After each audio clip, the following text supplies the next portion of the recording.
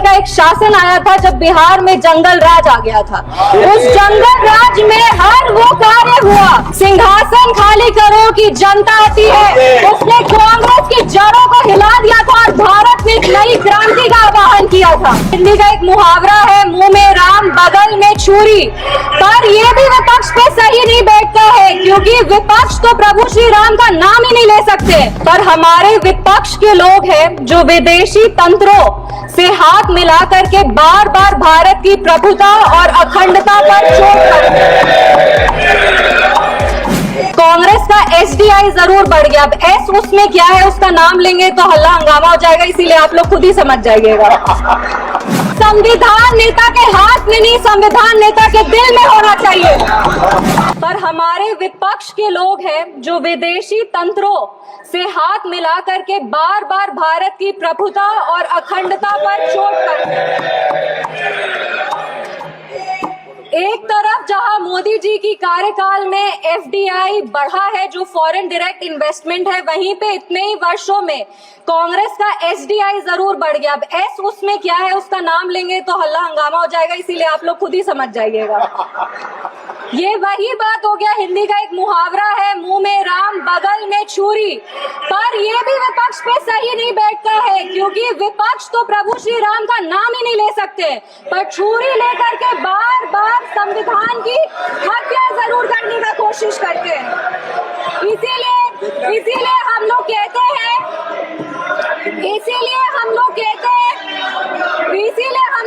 हैं कि संविधान नेता के हाथ में नहीं, संविधान नेता के दिल में होना चाहिए।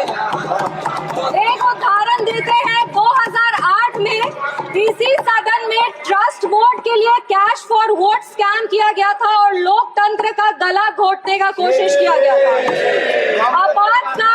आपातकाल इमरजेंसी के में जिस तरह से संविधान का चीरहरण हुआ था वो हम सब ने देखा था, और हम तो बिहार की बेटी हैं। बिहार के एक पुत्र थे जयप्रकाश नारायण जी, जिन्होंने इसी दिल्ली में रामलीला मैदान में राष्ट्रकवि रामधारी सिंह दिनकर की एक कविता पढ़ी थी, सिंहासन खाली करो कि जनता आती है, उसने कांग्रेस की जड़ों को हिला दिया था और भारत में एक नई क्रांति का आह्वान किया था।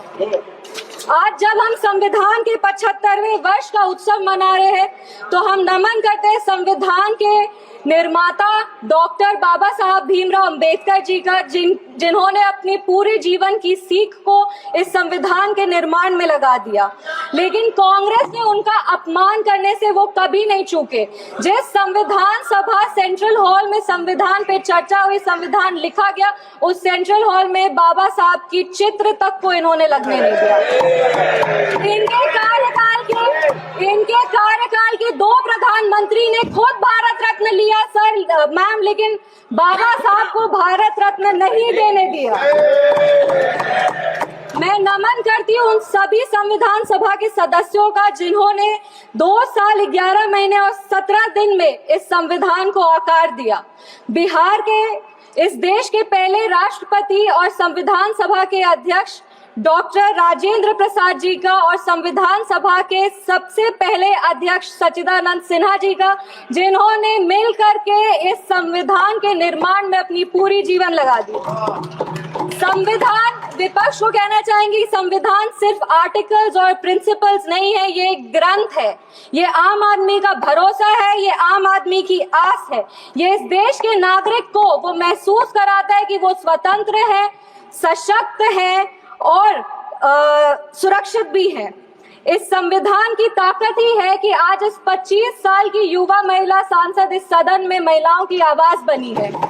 ये संविधान की ताकत है कि इस देश के सबसे उच्च पद पर एक आदिवासी समुदाय की महिला विराजमान है। ये संविधान की ताकत है कि हमारे प्रधानमंत्री एक गरीब परिवार के सदस्य हैं, और इस संविधान की ही ताकत है कि जननायक कर्पूरी ठाकुर जैसे व्यक्ति जो एक पिछड़े वर्ग से आते थे, वो बिहार प्रदेश जैसे राज्य के मुख्यमंत्री बने।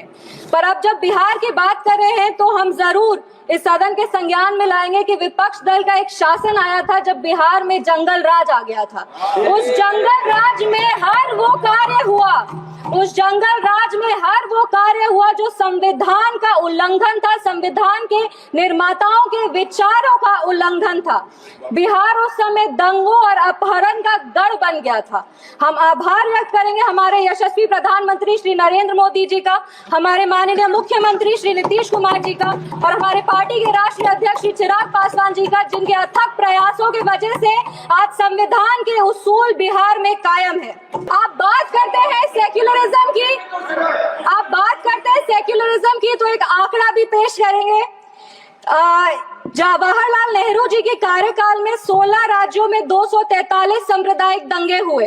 इंदिरा गांधी जी की कार्यकाल में 15 राज्यों में 337 सांप्रदायिक दंगे हुए और राजीव गांधी जी के कार्यकाल में 16 राज्यों में 291 सांप्रदायिक दंगे हुए। ये कैसा सेक्युलरिज्म का परिभाषा है, हमें तो समझ नहीं आता। एक और बात कहेंगे, कहानी सुनाएंगे। 1984 में जब सिख रायट हो रहा था, 1984 में जब सिख रायट हो रहा था तो एक सिख समुदाय के व्यक्ति एक दलित नेता के घर में रक्षा पाने के लिए गए थे, एक पनाह मांगने गए थे। उस दलित नेता के घर को जला दिया गया था। वो दलित नेता कोई और नहीं, हमारे पार्टी के संस्थापक श्रद्धेय रामविलास पासवान जी थे, जिनके घर को 1984 में जला दिया गया था। आप बात करते हैं संविधान की और सेंटर स्टेट रिलेशन की, तो बता दें कि इंदिरा गांधी जी की कार्यकाल में 11 साल में 35 बार राष्ट्रपति शासन लगाया गया। एक महिला, एक युवा और एक दलित सांसद होने के नाते हमें गर्व होता है कि हमारी सरकार एक ऐसी सरकार है जिसने संविधान के उसूल को अटल रखा है। हमारी सरकार ने संविधान को मजबूत करने का काम किया है। पिछड़े आयोग को संवैधानिक दर्जा हमारी सरकार ने दिया। पिछड़े वर्ग से आर्थिक रूप से कमजोर जो व्यक्ति आते हैं उनको आरक्षण हमारी सरकार ने दिया। इनके पास महिला प्रधानमंत्री थी, पर हमारे प्रधानमंत्री ने नारी शक्ति वंदन अधिनियम ला करके 33% आरक्षण दे करके महिलाओं के आवाज को अगर मजबूती किसी ने दी है तो वो हमारे यशस्वी प्रधानमंत्री श्री नरेंद्र मोदी जी। एक मिनट,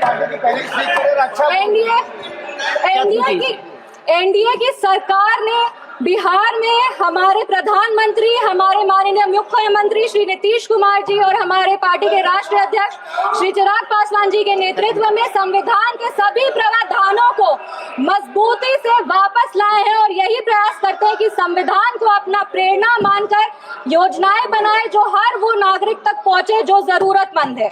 अंत में अपने वाणी को 4 पंक्ति पढ़ के बैठ जाओ दादा, 4 पंक्ति पढ़कर अपने वाणी को विराम देंगे। हर रंग को खुद में समेट कर जो बेखौफ खड़ा है, जाति और धर्म के दायरे से जो आगे बढ़ा है, नैतिक, निष्पक्ष, समावेशी संविधान ही है वो जो 75 वर्षों बाद भी सहज खड़ा है।